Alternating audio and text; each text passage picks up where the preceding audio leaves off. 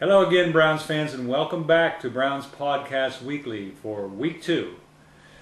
This week, the Browns are coming off a great upset win of the Cincinnati Bengals, 51-45. A game in which we saw Derek Anderson come into his own, perhaps, as an NFL quarterback.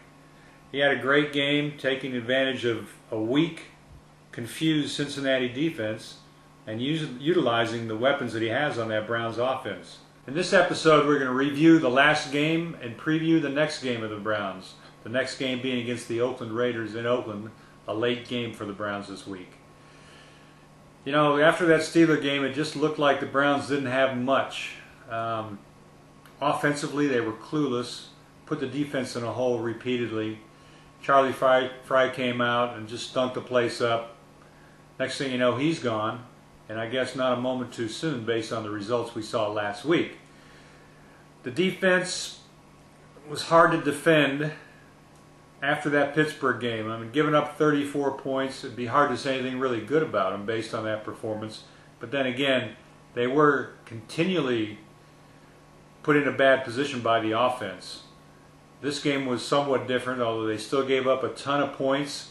But the offense was scoring so quick, they kept giving the ball back to the Bengals. So there were a lot of possessions for both teams this week, which put added pressure on those defenses. Jamal Lewis came out of the shell. Obviously, we weren't willing to make a judgment on Jamal after 1 week, but after his performance last year for the Ravens, there wasn't a whole lot to get excited about. It's the old show me thing with him. If you can do it, great. But if you don't, I really won't be surprised. Which prompted me to introduce the Jamal Lewis yardage watch chart last week. After the first week, Jamal had something like 35 yards. Now he's up to 251 after an outstanding 216-yard performance last week. Let's hope he can do that again. But let's look at the chart right now. This has to do with showing how long it will take Jamal to gain the number of yards for the Browns that he did against the Browns in one season, 2 games, in 2003 as a Baltimore Raven. That season, he gained 500 yards as a back for the Ravens against the Browns in just 2 games. So let's size this thing up and see how many games it's going to take Jamal to get the same number of 500 yards for the Browns. So let's hope next week by this time I'll be showing you a chart where the thermometer is all the way to the top and Jamal has his 500 yards. There was a time in the game Sunday where I applaud Romeo for going for a 4th and 1 around midfield. It was a point in the game where the Browns really needed to make a statement about the fact that they were going to be in this game, and they were going to stay in this game, and they were going to keep the ball away from Cincinnati by getting that first down. The problem was that he chose to run Vickers over the left side instead of letting Vickers lead the way for Jamal Lewis.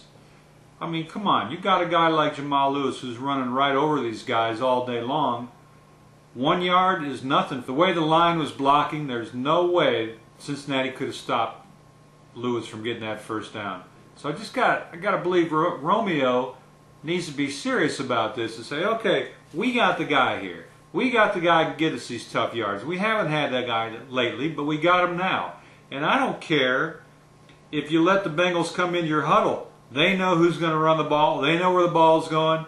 They've got no better chance of stopping Jamal Lewis from getting that yard than they do from stopping December 25th from being Christmas. I mean, Romeo, we got to learn what we didn't learn in Vietnam. If you got the weapons, use them. The Browns have had a lot of success against the Raiders in recent years.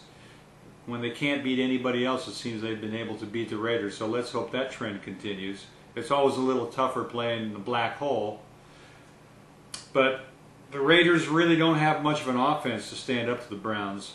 If they can control Lamont Jordan, they should be pretty good. But they do have to be wary of that Raider defense. It's pretty stout. It was good last year, and so far this year has shown to be at least that good. So let's just hope the Browns can carry that momentum from last week's game through the Raider game. You know, Browns fans, it's not too early for us to start thinking about the playoffs. At 1-1, the Browns are tied with 5 other teams in the AFC. But they hold the tiebreaker over Baltimore, Cincinnati, San Diego, and Jacksonville. So if the playoffs were held today, and unfortunately they won't be, the Browns and Tennessee would represent the AFC as the wild cards. So let's keep close track of that, because if we don't do it now, we probably won't have the chance later. But let's just stay positive about it, okay? This week they play the Raiders. Pro football is a violent game, and we've seen some hits this year, as we do every year. They're just absolutely teeth-rattling hits. You wonder how some of these guys get up. It seems this year like some of the hits are even more vicious than we're used to. Last year, on Monday Night Football, ESPN did a segment each night, each game, that was called Jacked Up, and they'd show like 5 hits from the weekend's games that were just the worst, hardest hits of the whole weekend, and they kind of made it fun. I think that based on the fact that this hitting has been over-glorified, and it's actually getting to the point where it's dangerous. These guys are so big and so strong. I think ESPN, for that reason, has canceled, or discontinued, I should say, the Jacked Up segment of their show. This is just my theory, but I think there's something to it, and calls to ESPN from Brown's Podcast Weekly went unanswered. If you disagree with me, email me at brownspodcastweekly@yahoo.com. So far, all the messages I've received from the show are from Steelers fans giving me some crap. Come on, Brownie fans, step up, show me some love, and let's get those emails coming in. Go Browns. Thanks for watching this week. We look forward to seeing you again next week, where we can review Game 3, what we hope will be a victory over the Raiders.